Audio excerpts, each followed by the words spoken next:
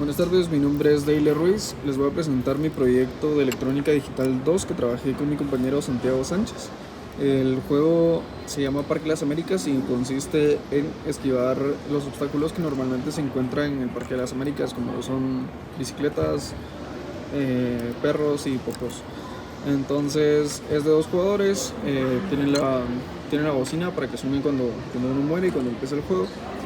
Y además se cuenta con un software para que funcione con un control hecho por dos ESP32 que se comunicarán vía Wi-Fi y transmitirán el botón digital hacia los pines que controlan los botones de la TIVA también. Entonces, como por los paros no nos pudimos reunir con mi compañero de trabajo, entonces usamos los botones de la TIVA para representar el movimiento que va a tener el personaje cuando igual tenga el control inalámbrico. Entonces iniciamos el juego, como les decía, es de dos jugadores y se tienen que presionar los dos botones para mover ya sea a la izquierda o a la derecha al jugador. Entonces la idea es esquivar a los ciclistas, a los perros y a los popos que aparezcan.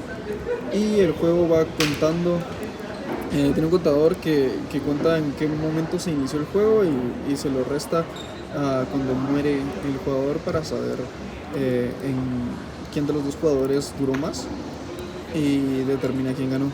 Entonces, si se choca contra uno de los obstáculos, entonces aparece una animación diferente y la bocina hace sonido. En este caso, como fue un ciclista, aparece un ciclista atropellado. Entonces el jugador 2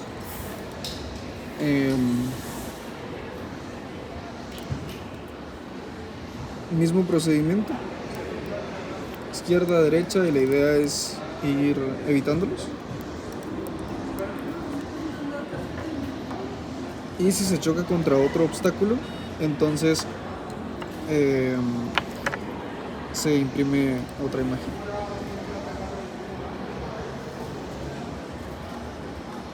Y dice que el jugador ganó y se pide que se presione para volver a empezar. Entonces voy a acercar más el teléfono a la bocina para que se escuche los sonidos de cuando inicia.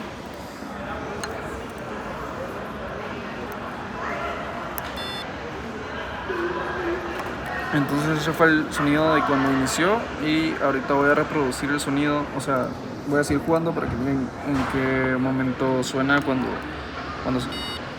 se choca contra un enemigo. Y eso es todo, muchas gracias. Buenas tardes, mi nombre es Deile Ruiz. Les voy a presentar el funcionamiento del control inalámbrico por Bluetooth con 2 ESP32 y les voy a describir cómo fue que se usó. Para empezar, se declaran las dos librerías que se va a usar para la comunicación Wi-Fi, que es el ESP-Now y Wi-Fi.h. Luego se crea una estructura llamada MyData que se utiliza para almacenar los datos que se envían al receptor. En este caso, pues contiene los dos botones que se van a utilizar y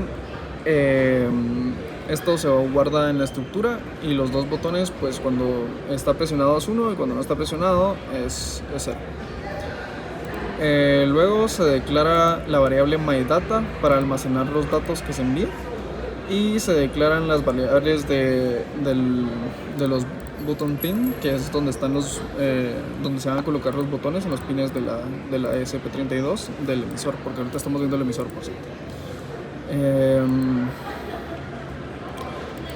En la función 0 se inicia la conexión Wi-Fi del ESP32 en el modo de estación Wi-Fi STA y se ponen los datos del nombre y contraseña de la red Wi-Fi que estamos usando.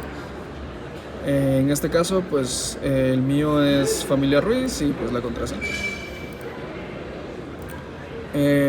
Para seguir, se inicia la comunicación ESP-Now y si hay un error en la inicialización, pues se mostraría en la consola si se tuviera una consola física, pero en este caso solo se mostraría en la consola de Arduino IDE que la función tiene un error.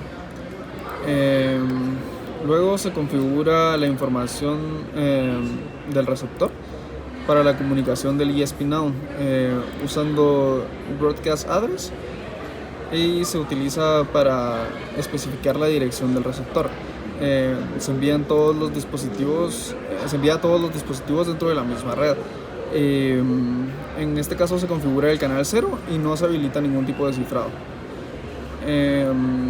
Se configura el pin del botón como una entrada pull-up, lo que significa que se espera que el botón esté presionado y conectado en el pin a tierra. ¿Qué más? Se inicia la comunicación en serie a una velocidad de 115.200 baudios para la salida del mensaje de depuración. Y por último, en el bucle loop se lee el estado del botón. Si es 0 está presionado y si es 1 no lo está. Utilizando Digital Read, y luego se empaquetan estos datos en la estructura MyData y se envían a través del ESP-Now a la dirección del broadcast address, y finalmente se imprime el estado del botón en el receptor. Ahora este es el receptor y aquí pues es bastante similar al emisor. Solo que aquí se define la función OneDataReceive, que se llama cuando se reciben datos a través del ESP-Now, y esta función copia los datos recibidos por la estructura MyData y luego controla los dos botones de la TIVA-C, y para ello pues se conectan en los pines correspondientes. Posteriormente se declara el pin en el que estarán conectados los dos botones digitales, y el resto del código es un receptor similar al código del emisor, con la configuración ESP-Now, Wi-Fi y el bucle principal. Y eso es todo. Muchas gracias. Voy a presentar el código de nuestro proyecto de Electrónica Digital 2. Bueno, para que funcionara, definimos todos los pines de la LCD como constantes, los cuales usamos en las funciones de la LCD para ir mostrando todo. Luego también definimos las notas musicales que vamos a estar reproduciendo por la bocina. Y estas serían nuestras variables que vamos a utilizar para que funcione el juego. Este es un array de los strings de los números del 0 al 9 para ir mostrando en los contadores. Bueno, empezando por el setup, se puede ver que inicializamos el serial con un baud rate de 9600 y con el SPI con un módulo 0. Esto es para que conecte con la LCD. Luego de que inicializamos esto, ponemos a nuestros botones como pull-ups y establecemos a un buzzer pin, el cual está definido aquí. Este va a ser nuestro pin de salida para el audio. Este pin va a ser nuestro pin para escribir desde la SD hasta la pantalla, y con lo que se van a mostrar los valores que van a estar guardados en la SD. Entonces, en el loop principal, lo primero que hacemos siempre al entrar es chequear cuál es el estado actual del juego. En el caso 0, lo que vamos a estar haciendo es mostrar el menú principal, el cual solo consiste de limpiar la pantalla lo que tenga y mostrar la imagen guardada en la SD de inicio. Esta luego se imprime un texto que dice pre-start y va a empezar a hacer un loop esperando que se presione el botón. Una vez se presione, va a tener un antirrebote por medio de la variable start, el cual va a estar haciendo esto aquí, cambiando el valor del estado a 1, saliendo del for con esta variable y reproduciendo un sonido para indicar que va a empezar el juego. También se va a estar, se le dio un efecto al prestart en el que se va a ir como pintando de negro y de blanco para hacer una simulación como que se prende y se apaga el texto. En el caso 1 es la preparación para el juego de ambos jugadores. Lo primero que hace es limpiar la pantalla de lo anterior y ver cuál es el jugador activo. En caso de que sea el primero, va a decir jugador 1, el segundo jugador 2. Esto se va a ir determinando por medio de esta variable a lo largo de todo el código. Luego va a decir start, va a poner el fondo de el juego y establecer los límites por medio de un rectángulo negro. Luego va a pintar en las esquinas superiores izquierda y derecha jugador 1 con su timer abajo y jugador 2 con su timer abajo.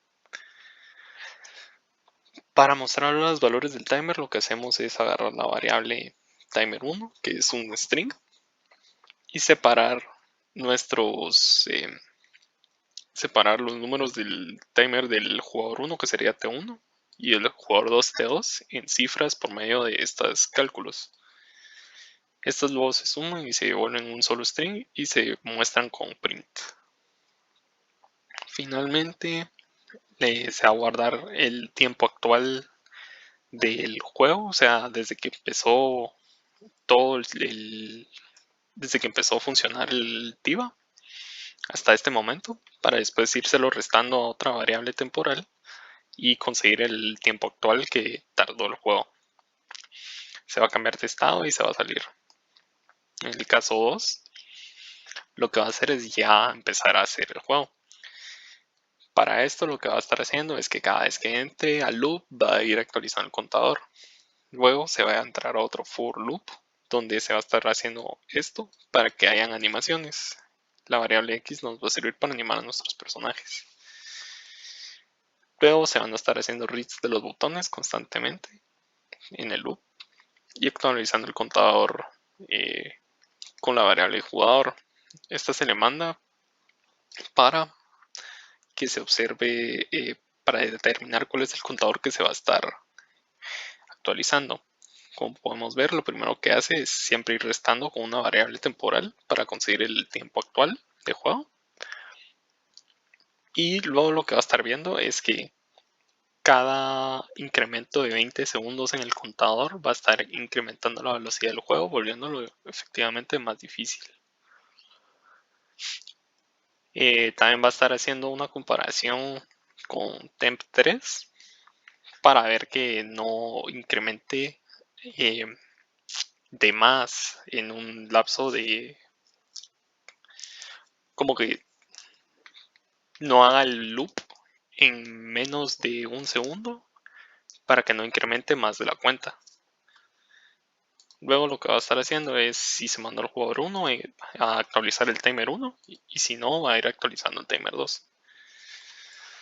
Regresando, podemos ver que también va a estar una función, 3 funciones, las cuales corresponden al movimiento de los enemigos, que van a estar constantemente actualizándose dentro del loop. El de el ciclista va a estar presente todo el tiempo del juego, desde el inicio. El ciclista 2, que sería el perro, va a aparecer solamente después de 10 segundos. Y el popó va a aparecer hasta dentro de 20 segundos de juego. Como podemos ver, las funciones de movimiento del ciclista y del ciclista 3, que sería el popó, serían las mismas, básicamente. Lo que hacen es que al entrar aquí solo se le manda como la variable para animar el sprite de estas, y siempre van a estar como que lo primero que hacen al principio es revisar el que no estén tocándose eh, el sprite del enemigo con el sprite del jugador, y si esto llegaran a tocarse, entonces ya cambia el estado a 3, que es el de game over, y dependiendo de quién sea el que lo tocó, el ciclista cambiaría la variable muerte a 0, el 2 a 1 y el tercero a 2. Esto es para determinar qué imagen se va a mostrar después en el Game Over. Lo que hace el ciclista 1 y el ciclista 3 es revisar que se llegue al final de la pantalla, y una vez se llegue al final de la pantalla, entonces va a regresar hasta el principio en Y y escoger una nueva dirección aleatoria en X para ir bajando en línea recta, horizontal. Como se puede ver aquí, también se le va a ir lo que se le va sumando la variable del para que cuando suba la velocidad del juego, este también vaya más rápido. El ciclista 2 sería el perro, y este se diferencia de los otros dos porque este rebota en los ejes X y su movimiento es diagonal. La misma condición se aplica para ver si está tocando con el jugador. Y aquí lo que hace es la misma verificación de Y, de que si llega hasta abajo, entonces que escoja una dirección en X aleatoria y que se resetee a su sprite hasta arriba. Luego, en el para chequear si topó, en el X se hace como estas comparaciones y dependiendo de estas va a ir cambiando los valores de la variable dirección. Esta variable se utiliza aquí abajo para determinar si se va a estar moviendo hacia la derecha o a la izquierda por medio de incrementar o decrementar la coordenada X del sprite. Luego de esto, la velocidad en Y va a estar también regida por la variable vel de velocidad, o sea que va a ir bajando más rápido conforme pase tiempo en el juego.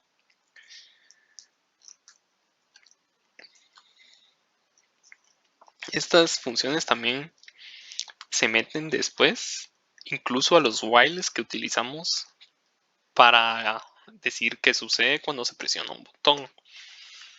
Cuando se presiona el botón izquierdo, lo que va a estar haciendo es restándole la velocidad, la variable de velocidad a la coordenada en X para irse moviendo hacia la izquierda.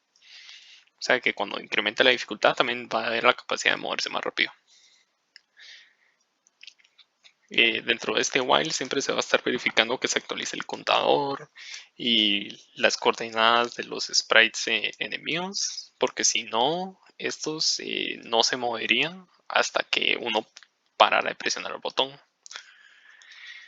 En caso que no, igual los actualiza. Y en el otro botón es lo mismo, solo que sumando la variable vel.